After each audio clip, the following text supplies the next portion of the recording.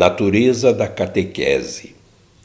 A catequese é um ato de natureza eclesial, que nasce do mandado missionário do Senhor e que está orientada, como seu nome indica, a fazer ressoar continuamente o anúncio de sua Páscoa no coração de cada pessoa, para que sua vida seja transformada.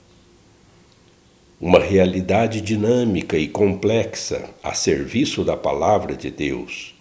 A catequese acompanha, educa e forma na fé e para a fé.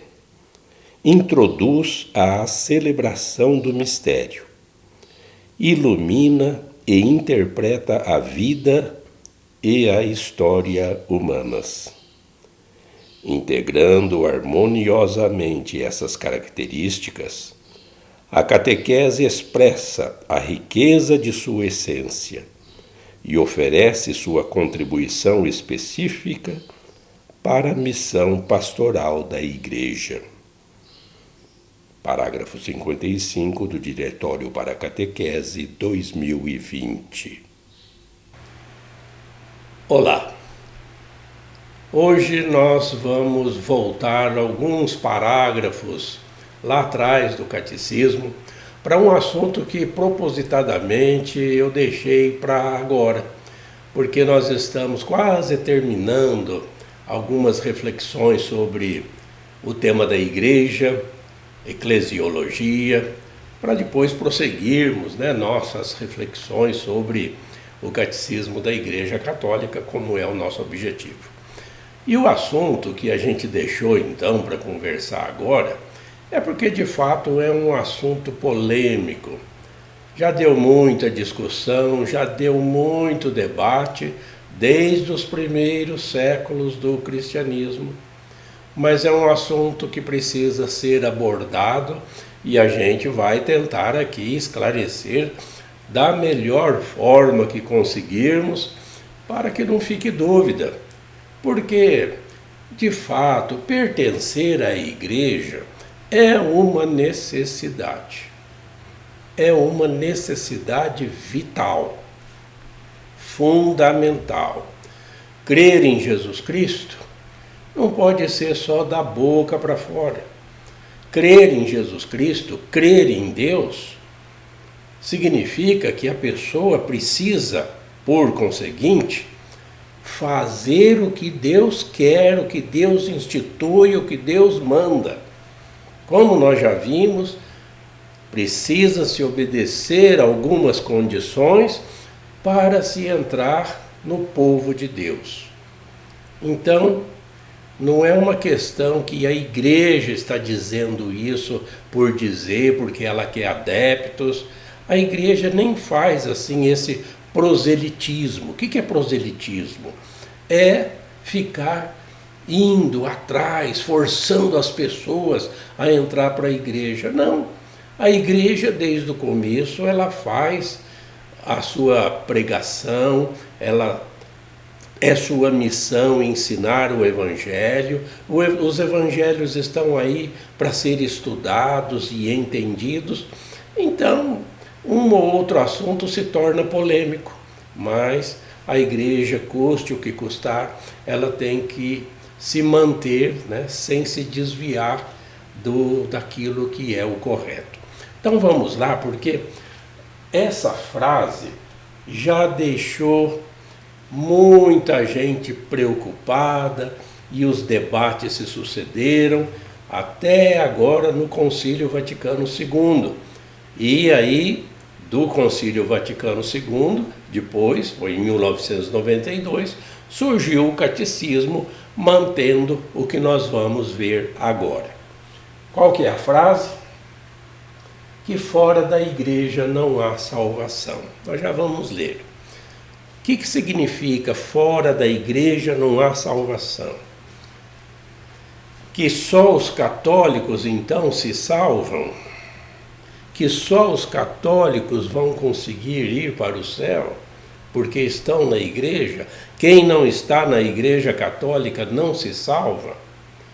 Então vamos começar a ler e tentar então explicar para que não fique dúvidas, né? Pelo menos aqui da nossa parte, vamos fazer o possível. Então vamos começar lendo o parágrafo 846.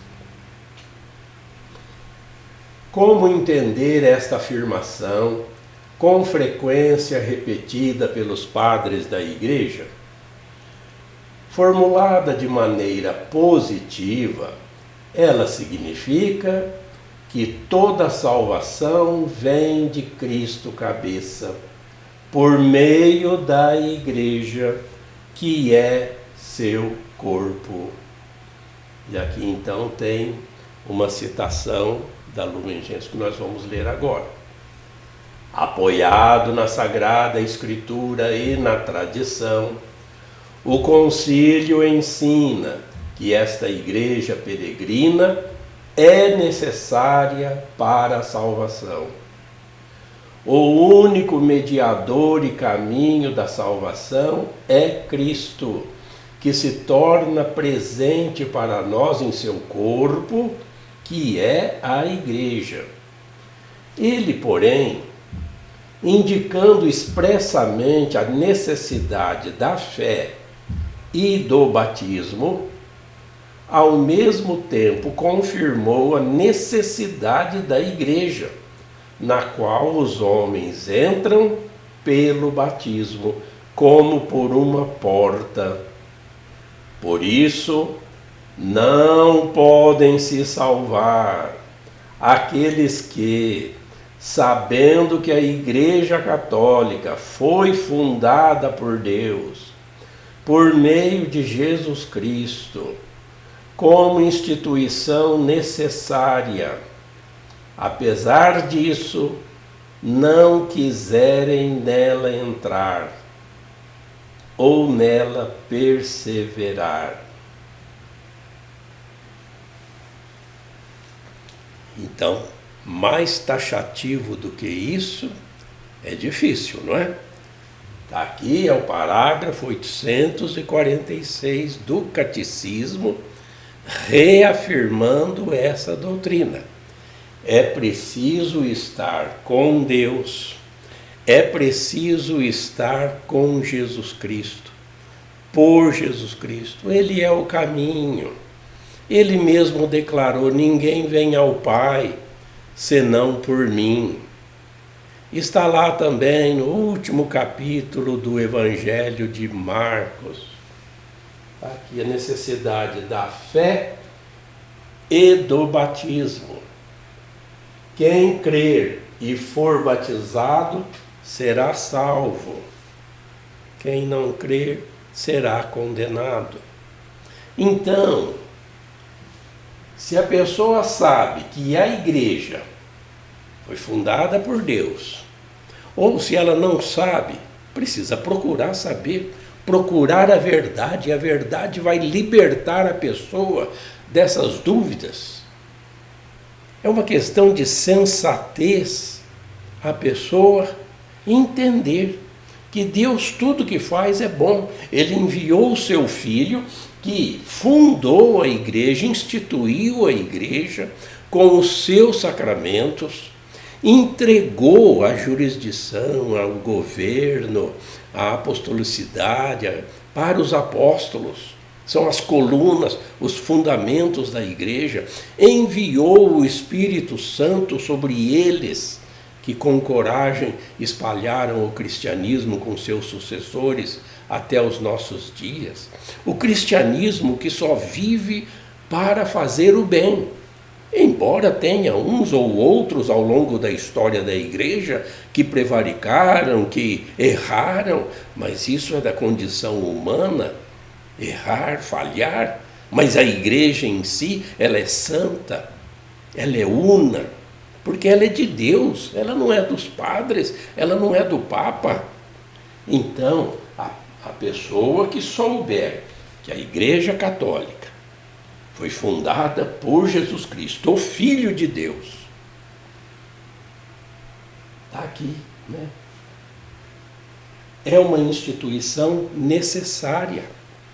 Então, mesmo assim, a pessoa teimosamente não quer entrar para a igreja, não quer o batismo, não quer isso, não quer aquilo, eu acho isso, eu acho aquilo, eu não entendo assim, essa é a verdade que a igreja, ela fala porque ela tem que fazer isso, mas eu vejo o que eu penso, o que eu quero, eu me entendo com Deus.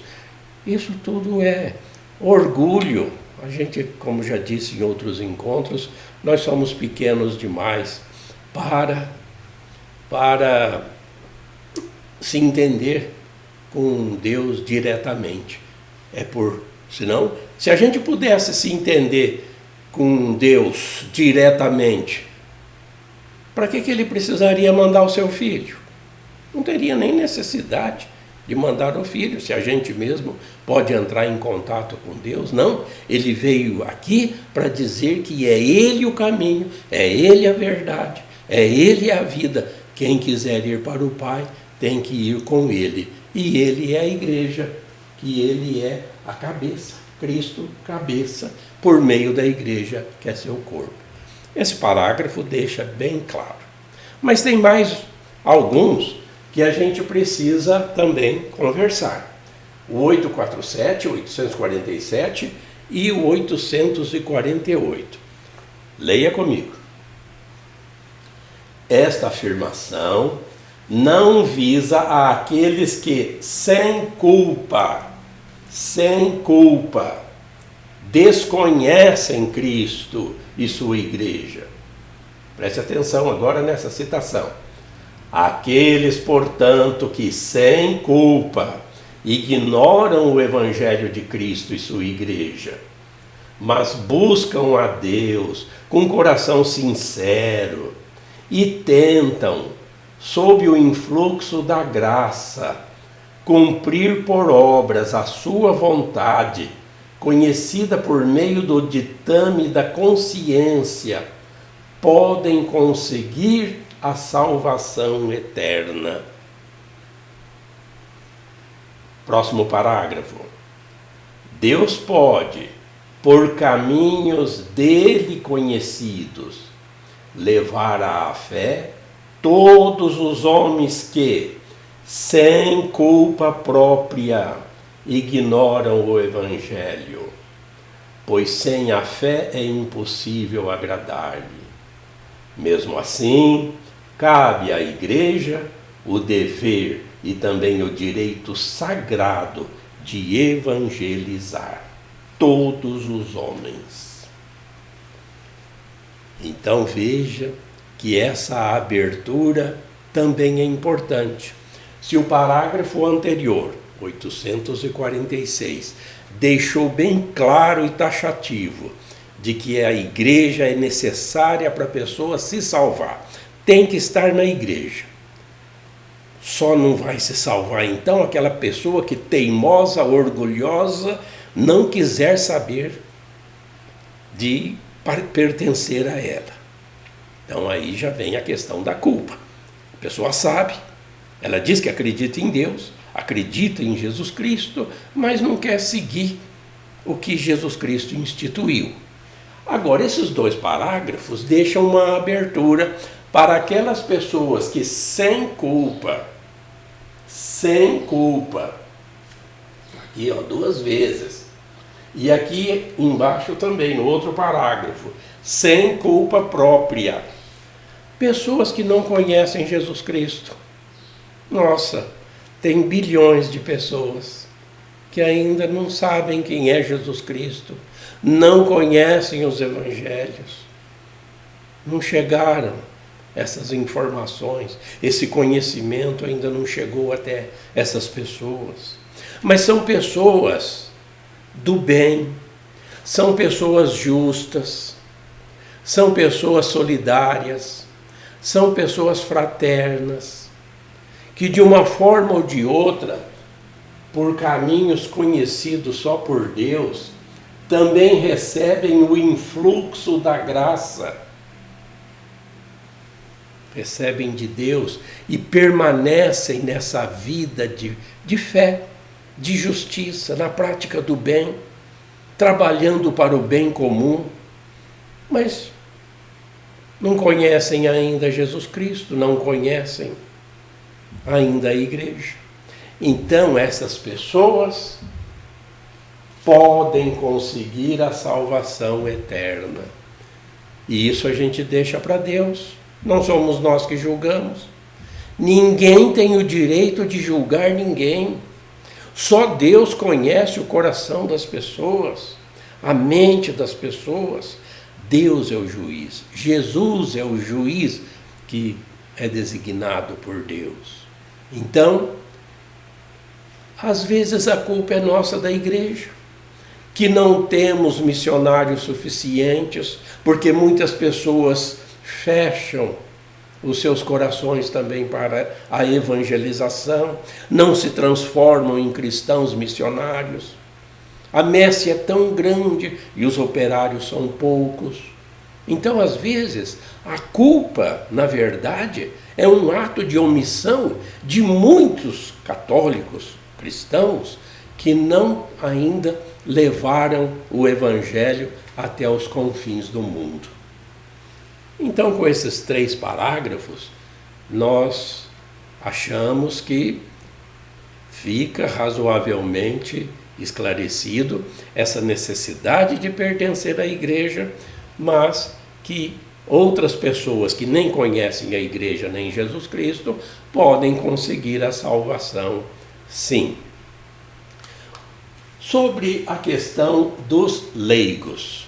Antigamente, isso é uma história também antiga, nós não podemos aqui contar a história do laicato ao longo de 2000 anos, que não é o nosso objetivo.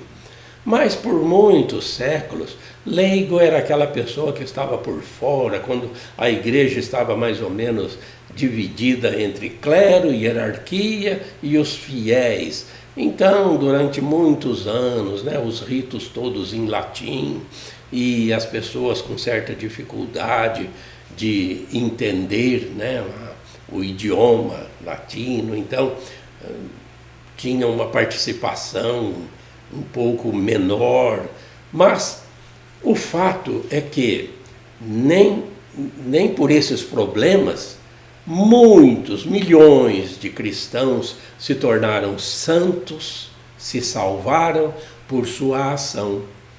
Por falar em ação, ação católica, já no século passado, tão falado.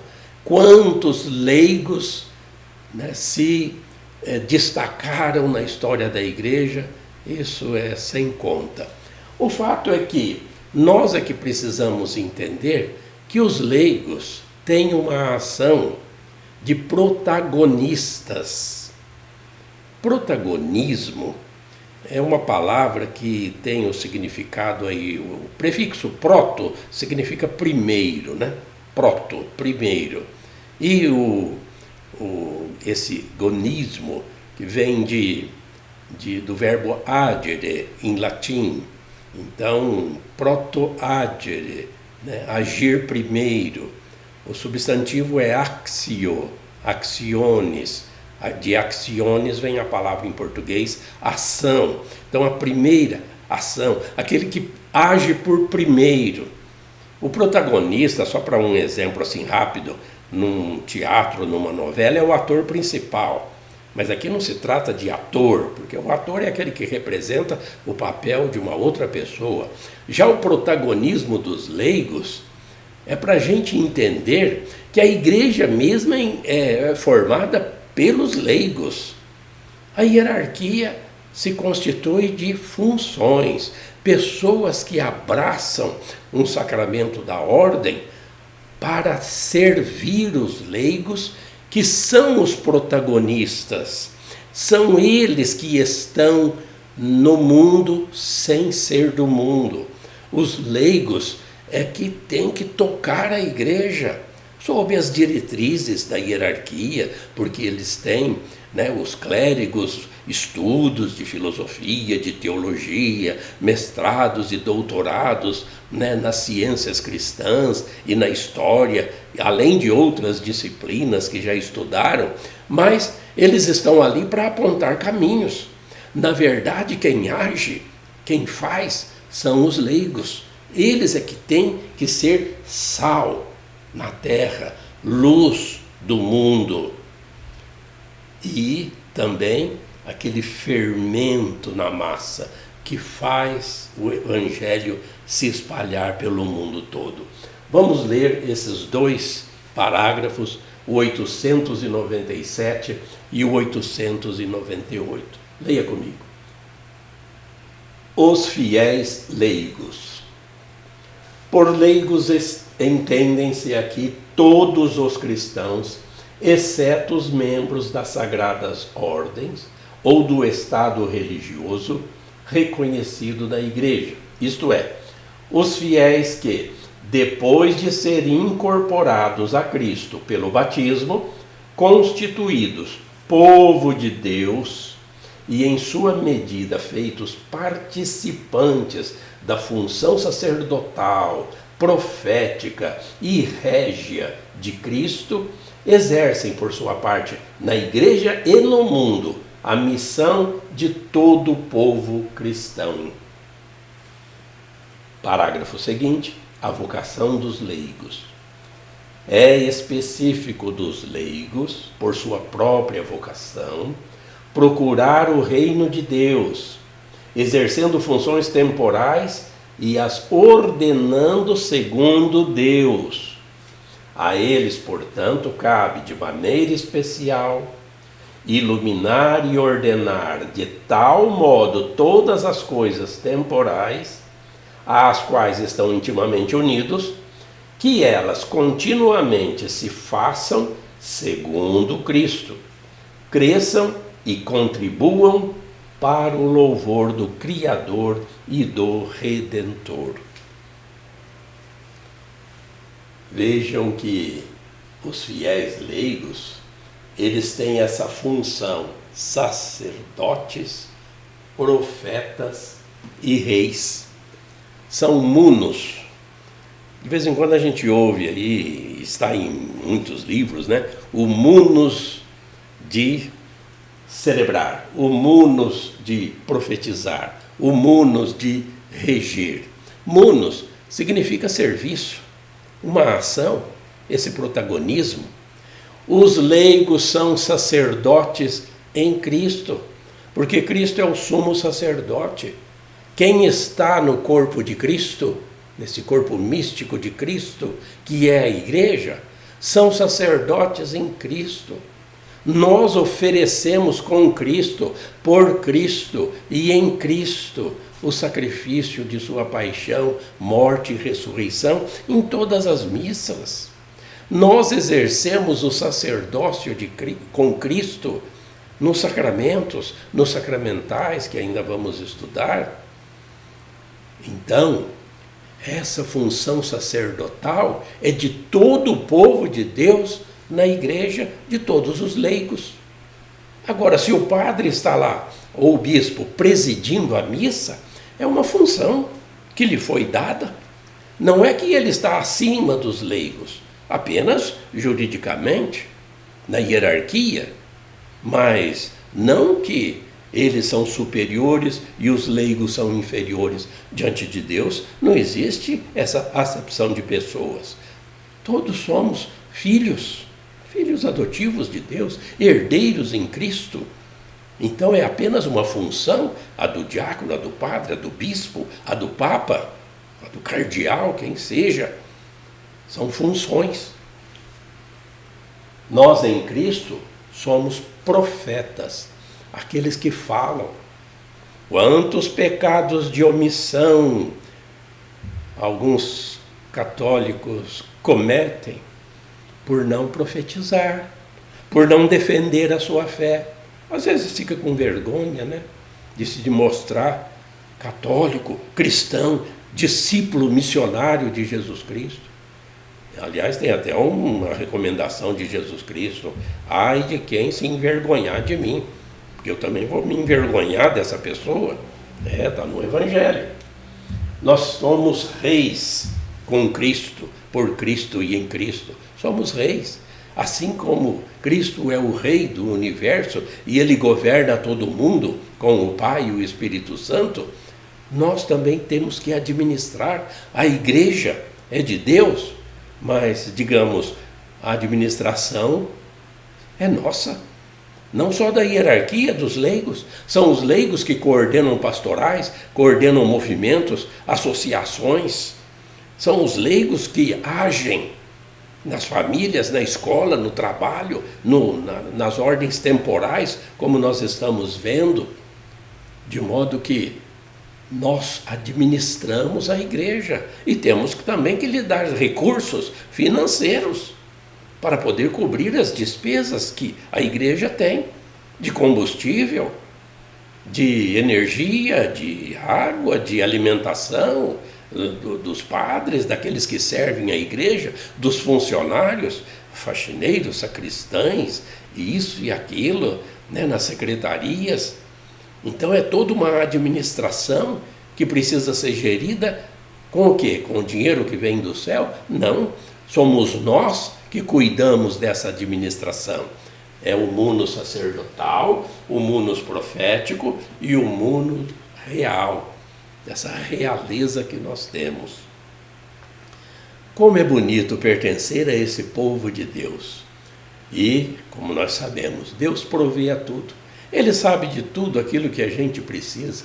Basta que a gente faça a nossa parte e Ele estará sempre com a gente nesse caminhar, nessa caminhada, com Cristo, por Cristo e em Cristo. Não tem outro jeito. Queira Deus que nós tenhamos sempre esta graça de reconhecer esse amor maravilhoso de Deus por nós, que nos ajuda na nossa existência terrena, até quando for necessário, até quando Deus nos chamar. Vinde, servo bom e fiel, vinde agora descansar nas maravilhas e delícias eternas que eu tenho preparado para você que combateu o bom combate. Que seja esse o nosso sentido da vida, feliz de quem entender isso.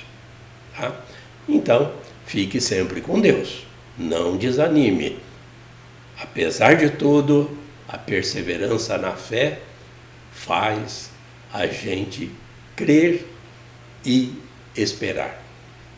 Fique com Deus e que Deus te abençoe.